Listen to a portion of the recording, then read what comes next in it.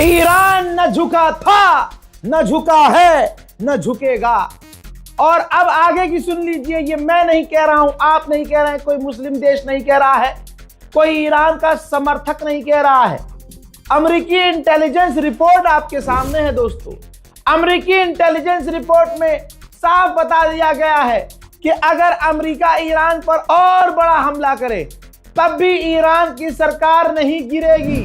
अल्लाह अकबर, अल्लाह Akbar. Iran की सरकार नहीं गिरेगी अगर और बड़ा हमला किया गया। और एक भी साइन नहीं दिख रहे हैं जिसमें यह पता चले कि ईरान में गवर्नमेंट के खिलाफ प्रदर्शन हो रहे हो।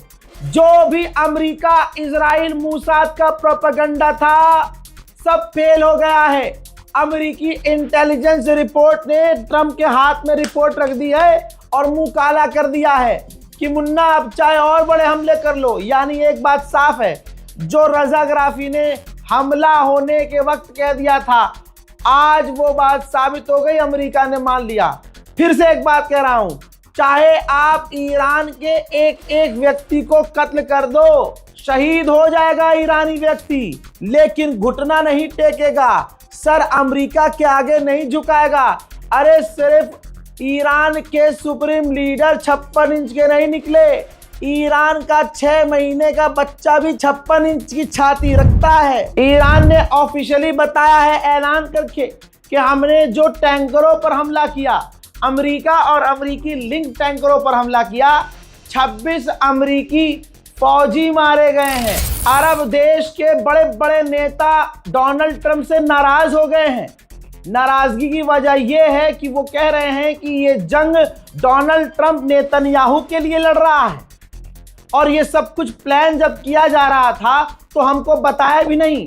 रिजल्ट में आज हम अरब पर ही ड्रोन और मिसाइल्स गिर रहे हैं। ईरान ने बड़ा गेम कर दिया है। ईरान ने गेम ये किया कि चाइना के स्ट्रेट ऑफ हॉर्मुज से जहाज निकलने दे रहा है। उन जहाजों को सिर्फ निकलने दे रहा है जिन जहाजों ने अपने ट्रैकर में लिखा है कि हम चाइना के हैं।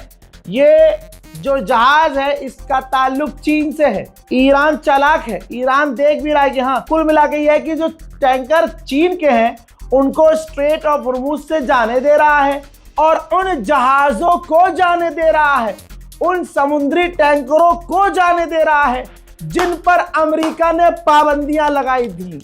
अल्लाह अकबर। इसे कहते हैं भाई जंग। 3 दिन पहले बताया था मैंने, गोदी मीडिया अब चीख रहा है। 3 दिन पहले बता दिया था मैंने कि जॉर्डन में अमेरिका का 3rd एयर डिफेंस सिस्टम का रडार तबाह हुआ है। भाई वो 22,000 करोड़ रुपए का है, 22,000 करोड़, जिसे वो जल्दी जल्दी रिप्लेस करने की कोशिश कर रहा है, लेकिन इंशाल्लाह कर नहीं पाएगा। अब वो समझिए कि वो कितना खास है, कितनी बड़ी चोट पहुंची है अमेरिका को। वो 3rd एयर डिफेंस सिस्टम के रडार सिर्फ अमेरिका के पास 7 हैं। 7 में से एक ईरान ने ही तबाह कर दिया है। जो कह रहे हैं कि ईरान के लॉन्चर खत्म हो गए, हथियार खत्म हो गए, ईरान कमजोर है, यही मेरे दोस्तों, अमेरिका का सबसे मजबूत एयर डिफेंस सिस्टम का रडार तबाह कर दिया। 22,000 करोड़ रुपए का है। परेशान है अमेरिका की, ये शुरू कर दिया। खामनाई के लोगों ने सही कहा था, शुरू तुमने किया है, खत्म हमारे हिसाब से होगा। उधर फ्रांस ने अपना एयरक्राफ्ट करिए भेजा था। हमको लगा साला जंग में उतर रहा है, पता चला नहीं, मिडिल ईस्ट गया है। फ्रांस के लोग, फ्रांसीसी लोग जो मिडिल ईस्ट में फंसे हुए हैं उनको निकालने के लिए, उनको बचाने के लिए। उधर कोलंबिया के राष्ट्रपति ने डोनाल्ड ट्रंप से कहा है कि अपने आप को संभालो और नेतन्याहू से दूर हो जाओ और पूरी दुनिया में बच्चों के ऊपर मिसाइलें डालना बंद करो। Acabo mis 3 minutos. I conclude my remarks. Hoy es el momento, decía, This is the time de que el presidente de Estados Unidos, mirando el retrato de Lincoln, él y yo personalmente, the President of the United States and I together were looking at the portrait of Lincoln ante un bonito jardín de rosas que él diseñó. in the face of the rose garden that he's Yo soy redesigned. como Jackson en esto de la palabra. And I know I've run out of time. Pueda separarse completamente Can be completely separated de quien lo lleva a él y a la humanidad a un abismo. from that which is taking him and humankind to an abyss. Separarse de Netanyahu es necesario. It's बमुश्किल Dubai का airport चालू हुआ तो Dubai में फंसे लोग ऐसे भाग रहे हैं जैसे अब उनको आना नहीं, गुनाह कर दिया उन्होंने बेचारों ने। ईरान की मिसाइल और ड्रोन का खौफ पूरे मिडिल ईस्ट में नजर आ रहा है। 没网了，没网了，这网很差，真的是太多了，多太多了。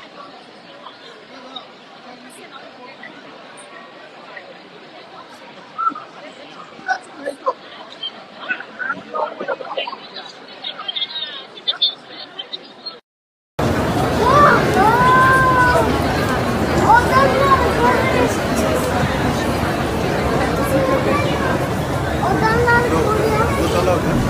भैया बर्तानिया के अखबार ने भी ट्रंप के मुंह पे मूत दिया।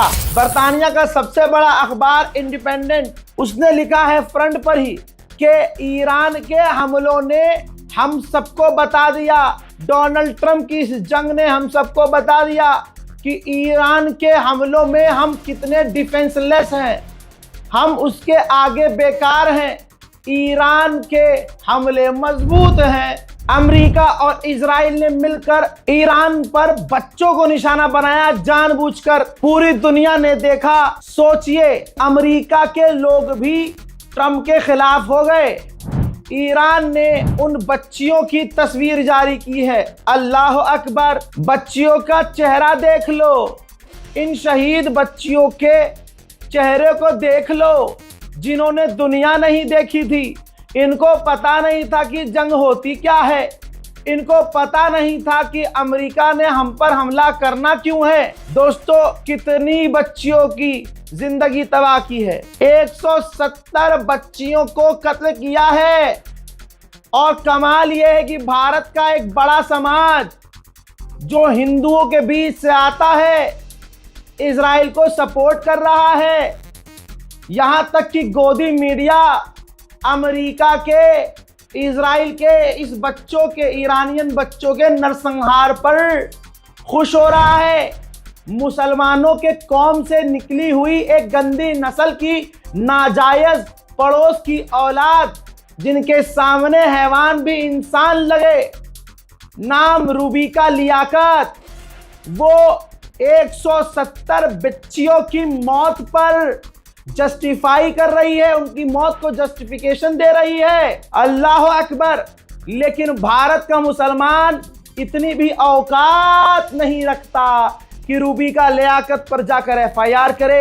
एक प्रदर्शन आज तक मुसलमानों ने रूबिका लियाकत के खिलाफ नहीं किया कि यह मुसलमान नाम इस्तेमाल करके मुसलमानों के खिलाफ ये एजेंडा चलाती है। मुसलमान बच्चियों का कत्लेआम हो गया और ये जस्टिफाई कर रही है। नहीं निकला। अच्छा, तो कौन निकला? 160 बच्चियां जिनकी उम्र 7 साल से 12 साल के बीच में थी, उस स्कूल को बॉम्ब करके इस अमेरिका ने नेस्तनाबूद किया है। और उस एक हमले ने, सुनिए मैडम, आप मेरे सब्र का इम्तिहान आप सुनिए पहले मेरी बात को। आप जैसे लोग घर में दुबक कर बैठे रहते हैं, जब ईरान में वही 7 साल की छोटी बच्चियों को बुर्का ना पहनने पर खून-उजार कर दिया जाता था।